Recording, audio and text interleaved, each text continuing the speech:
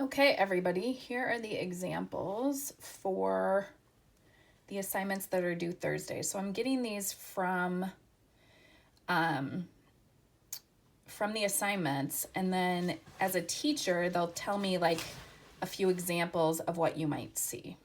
So I'm getting these to help you do the practice sets, or problem sets is what I like to call them too. Okay, so there's a lot of them. Get excited. All right, so you could copy this down, or you could just keep pressing pause and doing this. And just so you know, I have these notes that I just took right next to me so I can remember my properties. So for this first one, I look at my notes and, oh yeah, it's times, and they're both 5s, so I must add them. So I'm referencing my notes. So this would be a 5, and then 2 plus 5, which would be 5 to the 7.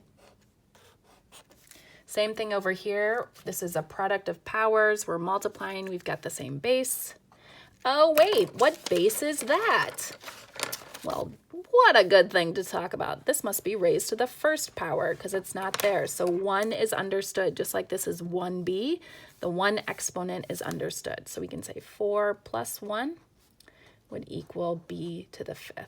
And again, if you wrote this out, there would be 4 b's and 1 more b. So there would be 5 b's multiplying. All right, this one. So I have to solve for x up here. And again, this is similar to this one, where it must be 5 equals 3 plus x, because I add those to make my final answer. So what would x be? 3 plus what number gives you 5? I would say 2.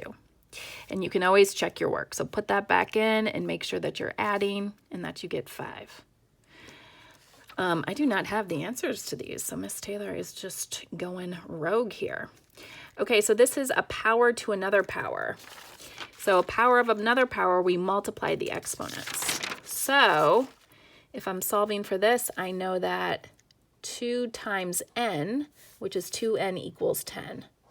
So I could undo this if I wanted to, or you can just say to yourself, 2 times what number gives you 10, which would be, these cancel out, I'm left with n. 10 divided by 2 is 5. And again, I know that 2 times 5 gives me 10. So maybe I didn't have to write that out. Okay, power to another power, right, in the form of this. So you're going to see a problem that looks like this. It's a power to a power. I'm going to multiply those two. 3 times 3 is 9. This one's the same thing. 2 times 1 is just 2. That didn't change. Ooh, division, quotient. So when you divide, what do you do to the exponents? You subtract them. Oh, these notes are so handy. Okay, 4 to the 8, take away 3. The top number is always the first number there. 4 to the 5th. Okay, so this one kind of writes out what we've done. And if you look, it's just like what we did in these notes right here. So I can just cancel. So how many z's do I have left? 3. This one's another solve. So I know that x take away 5. Oh, sorry.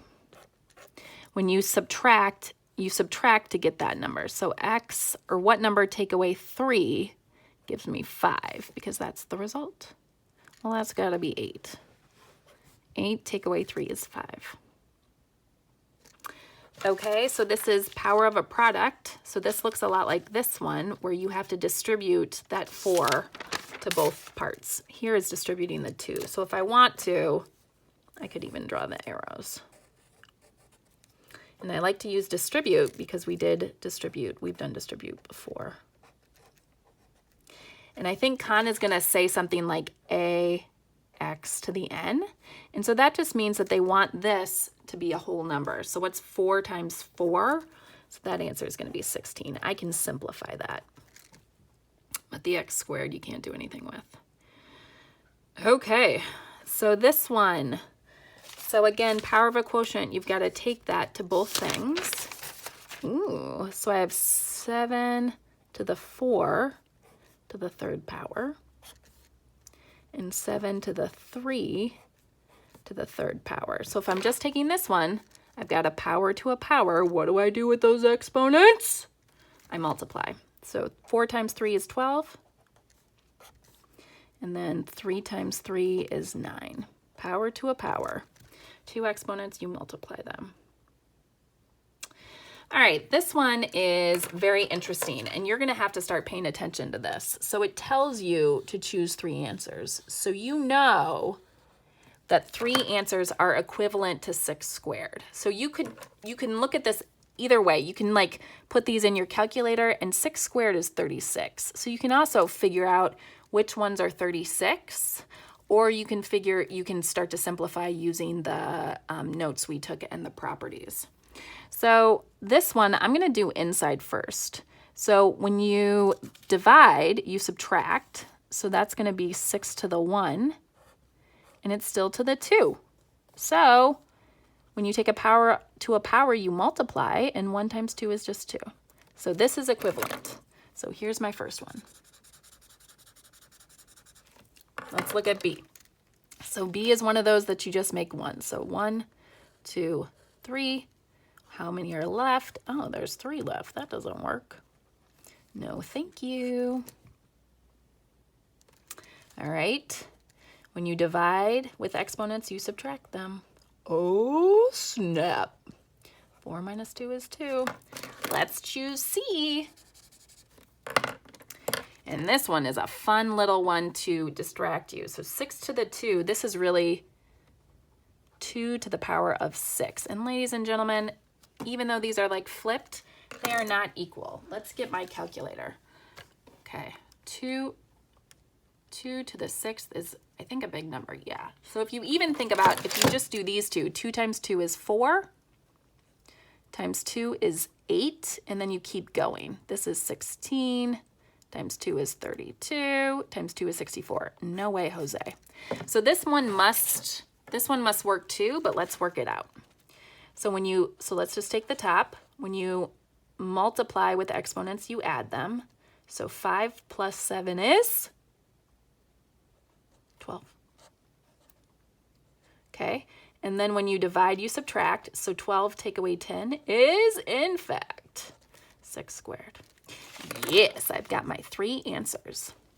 Use scratch paper, write stuff up. You can do this, and it's fun. They'll tell you if it's right or wrong right away. All right, Thursday's videos are done.